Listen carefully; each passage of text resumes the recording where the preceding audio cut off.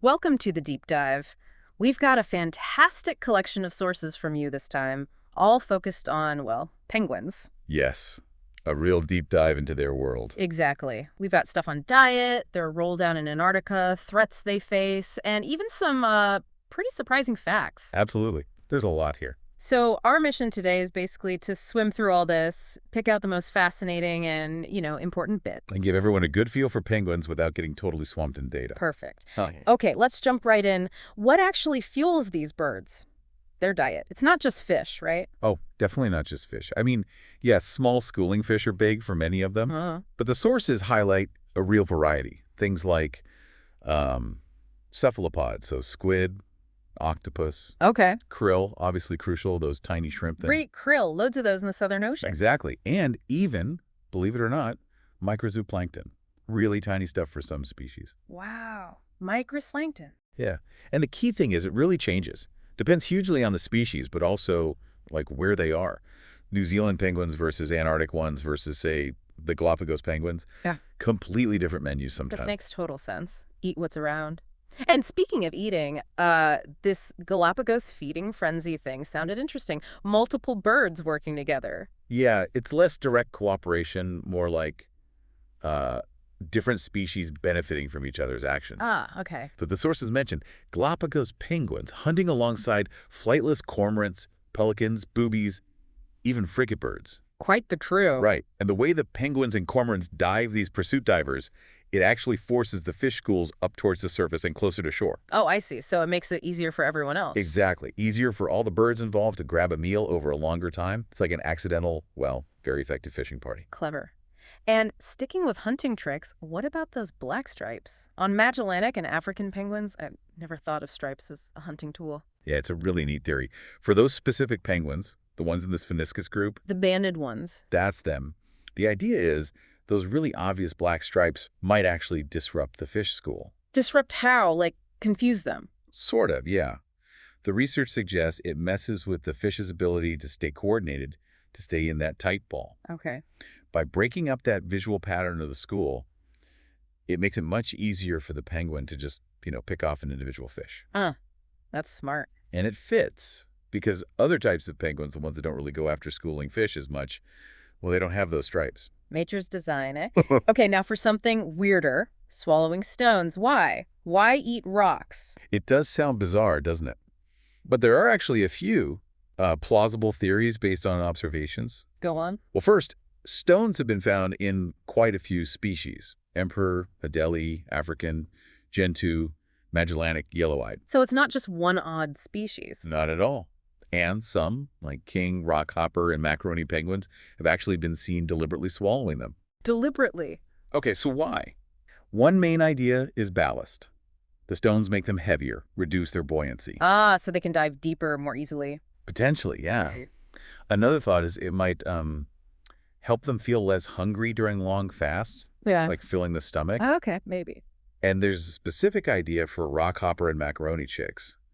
The stones could help grind up the hard shells of crustaceans they eat, like grit in a bird's gizzard. Right. Aiding digestion. Exactly. Mm. And there was this observation on Marion Island, king penguins carefully picking out specific stones and gulping them down fast. It suggests it's not just accidental. Huh. From camouflage stripes to built-in diving weights, penguins are full of surprises. They really are. And all this talk of finding food brings us to when they don't eat. Fasting. Why do they do that? Seems risky. It's actually essential, a really critical part of their life cycle. It's mainly tied to two big events, breeding and molting. Molting, losing their feathers. Yeah, when they lose their old feathers and grow new ones, they lose their waterproofing. They absolutely cannot go in the cold water to hunt. Oh, okay. So they're stuck on land. Stuck on land, yeah. And during breeding, especially for males in some species, they stay put, guarding the nest, incubating the egg. No time to go fishing for weeks or even months. Months. Wow. How do they survive that? Fat. They prepare by packing on a really thick layer of blubber beforehand. That's their energy store. Like bears hibernating, sort of? Yeah. Similar principle, yeah.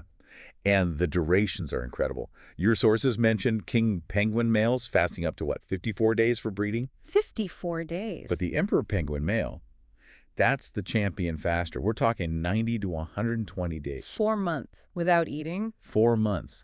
while incubating the egg through the worst of the Antarctic winter. It's staggering. That's almost unbelievable. And even the chicks often fast before they molt their baby fluff into proper feathers, usually after the parents stop feeding them as much. It just shows how incredibly adapted they are. Yeah. Which leads us nicely into the Antarctic ecosystem. Where do penguins fit in that whole icy world? It's more than just ice, right? Oh, much more. It's a whole complex food web. Starts, like most ocean systems, with phytoplankton at the base. Microscopic plants. Exactly. Mostly diatoms in Antarctica. They do the photosynthesis. Then you've got zooplankton eating them tiny animals like copepods. Gopods. Yeah, tiny crustaceans. They even have little oil sacs to help them float. And then, of course, there's krill. The really important ones. Hugely important. They eat the phytoplankton, but also, interestingly, they scrape algae off the underside of sea ice in winter. They're quite adaptable. Uh-huh. Didn't know that. And krill themselves release ammonia, which actually fertilizes the water for the phytoplankton. So they're part of the nutrient cycle, too. Okay. But mostly, they form these massive swarms, which makes them a super rich food source for seals, whales, and yes, many penguin species. Right. So penguins are munching on krill and fish that eat krill. Pretty much. Yeah. And your sources mentioned some other cool Antarctic residents, too, like ice fish. Ice fish? Yeah, endemic fish that actually lack hemoglobin. Their blood is clear. No way. How do they carry oxygen? The cold water holds more dissolved oxygen, and they absorb it directly. Plus, lanternfish with natural antifreeze in their A blood. diaphragm. Seriously? Seriously, keeps their blood from freezing. And then there are predators of penguins, like Weddell seals, especially going after younger ones. So penguins are in the middle, eating and being eaten. Exactly. It's a tough neighborhood. And surviving the cold. It's not just blubber, is it? They need more. Definitely. Blubber helps, but feathers are key.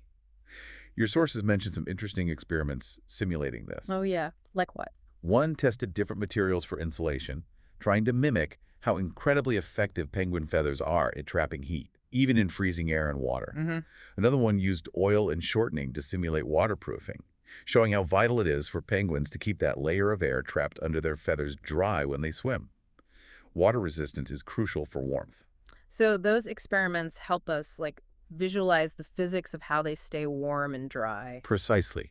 They give a tangible sense of the adaptations needed to survive there. Cool. Now, we tend to think Antarctica when we hear penguin, but that's not the whole story, is it? They're more widespread. That's a super common misconception, yeah.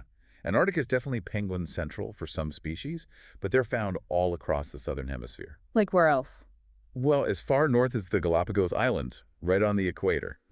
Penguins on the equator? That seems wrong. It does, but they're there. And then you've got African penguins in, well, southern Africa, places like Namibia, South Africa, much warmer climates. Okay. And the little penguin, famous one, native to New Zealand, also found in parts of Australia. The really small one. That's the one. Also called fairy penguin, little blue, or korora in Maori. Cora.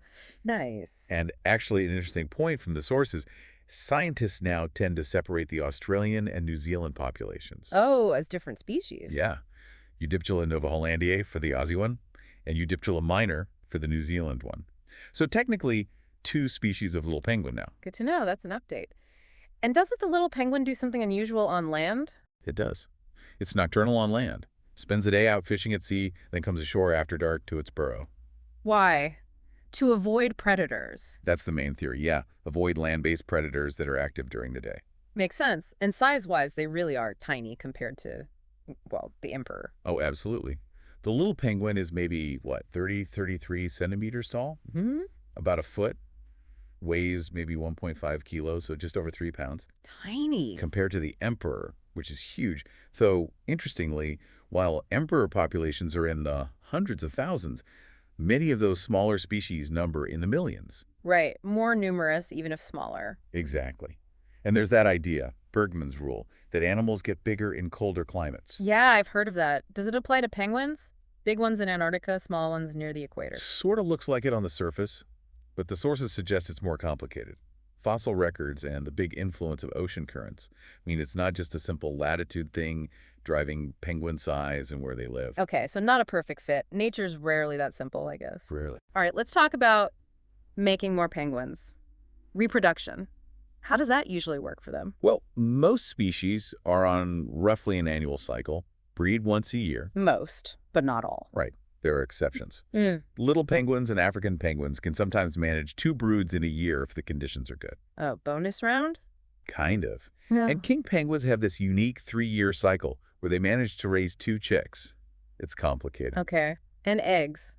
1, 2. Usually 2 for most species, sometimes 3, but often only 1 or 2 chicks survive anyway. The big exceptions are the kings and emperors. They only lay 1 single large egg. One shot. And timing. When do they usually breed? Typically southern spring and summer. That's when food is most abundant. But again, exceptions. Some Gentoo populations breed in winter. Winter breeding. Wow. Yeah. And the emperor famously starts in autumn, so the chick hatches in the depths of winter, but grows during the slightly less brutal midwinter and is ready to go by summer. That timing is incredible, and finding a partner in those huge colonies must be chaotic. It looks chaotic to us, but they're remarkably good at it. Many penguins are monogamous, at least for a season, sometimes longer. They often return to the same colony, even the same nest site. How do they find each other again? Vocal calls are crucial. They have unique individual calls. Even emperor penguins, who don't have nests, can find their previous mate in that massive crowd. Amazing. And they have courtship rituals. Oh, yes. Bowing, calling, preening each other. Yeah. And the sounds are quite varied. Trumpeting, croaking. The spheniscus ones, the banded ones, make that braying sound. The jackass penguins. That's where the name comes from. These displays help form the pair bond and sort things out in the colony. Okay, so they pair up, lay the egg, then incubation. Who does that? For most species, it's a shared duty. Mom and dad take turns. One incubates, keeps the egg warm, while the other goes off to sea to feed, then they swap. Makes sense. Share the load. Except the emperor. Ah, yes. The exception again. A male emperor does it all. Takes the egg right after it's laid, balances it on his feet. On his feet. Not in a nest. No nest. On his feet. Covered by a warm fold of skin called a brood pouch. And he stays there. All winter. Doesn't eat. For the whole 120 days. The whole time. Just living off his fat reserves. Yeah. It's one of the most extreme parental investments in nature. How does he not freeze? They huddle. Thousands of males packed together incredibly tightly, constantly shuffling so everyone gets a turn in the warmer middle. It reduces heat loss dramatically. Wow, that's incredible cooperation. But even with all that effort, survival's tough for the chick. Very tough. The sources mention egg and chick mortality rates can be really high, like 40 to 80% sometimes. 80%? Why so high? Lots of reasons. Inexperienced parents dropping the egg or not feeding the chick properly, really bad weather, storms, and predation. Predators. Like what? On the coasts, birds like skuas, sheathbills, giant petrels are major threats to eggs and small chicks. For burrowing species, it might be gulls, or even introduced predators near human areas. Right. It's a constant battle. Which brings us to the threats, especially the ones we've introduced. It's not just nature anymore, is it? Sadly, no. Human impact is huge now. I mean, historically, people collected eggs, hunted them for oil. That still happens. Not so much commercially, thankfully. It's largely unprofitable now, and many big colonies are protected.